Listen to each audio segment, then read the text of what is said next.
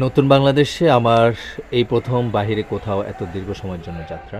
এটা হচ্ছে কুমিল্লা বার্ড।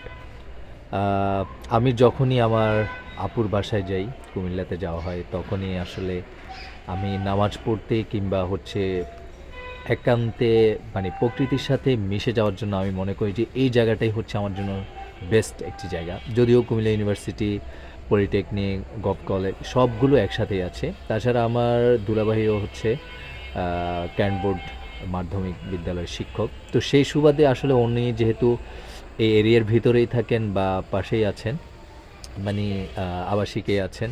তো এই জায়গাটাতে আমার জন্য যাওয়াটা মানে খুবই ইজি বা সবসময় যাওয়া যায়, কোনো ইন্টারনেট ক্ষেত্রে কোনো সমস্যা হয় না। মূলত এই জায়গাটা বা এটা হচ্ছে মাধ্যমিক বিদ্যালয়, এখানে আমার দুলাভাই শিক্ষক হিসেবে আছেন।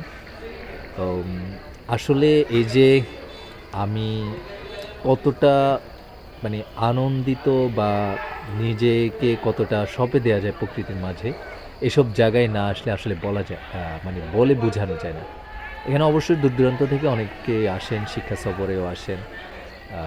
তবে একান্তেও কেউ যদি আসতে চান বা আসেন সেটাও পারেন। মূলত হচ্ছে প্রকৃতির ডাকগুলো, এই যে দেখেন, একটু শুনে দেখেন।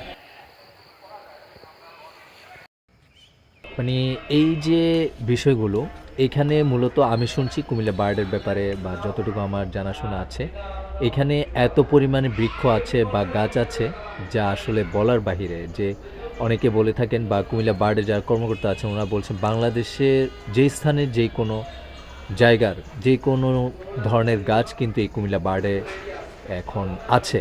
মানে প্রতিটা গাছ এখানে পাওয়া যাবে, কোন গাছটি নেই।